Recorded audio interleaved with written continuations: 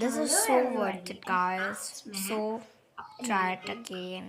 मेयॉन के lip balm और lip oil को रेटिंग देने वाली हूँ।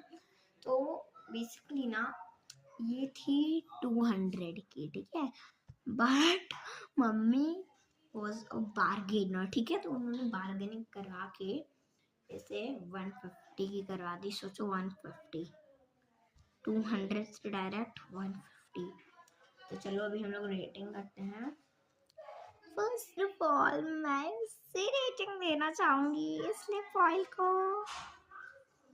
हाथ पे ट्राई करती हूँ थोड़ा सा मसा, क्योंकि कोई भी कंटेंट क्रिएटर को देखो आप हाथ ही वो सबसे पहले ट्राई करते हैं। वाओ कितनी प्यारी लग रही है यार।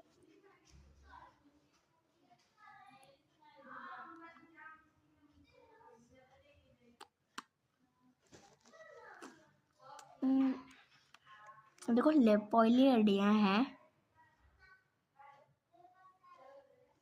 बहुत अच्छे अच्छे लुक्स आ रहे हैं, पिंक पिंक लग रहा है। मस्त स्ट्रॉबेरी फ्लेवर्स बनाता भाई, इसमें स्ट्रॉबेरी फ्लेवर है ही। Then I was trying this lip. They are like वहाँ पर। This is so good भाई, बहुत प्यारे लग रही हूँ मैं।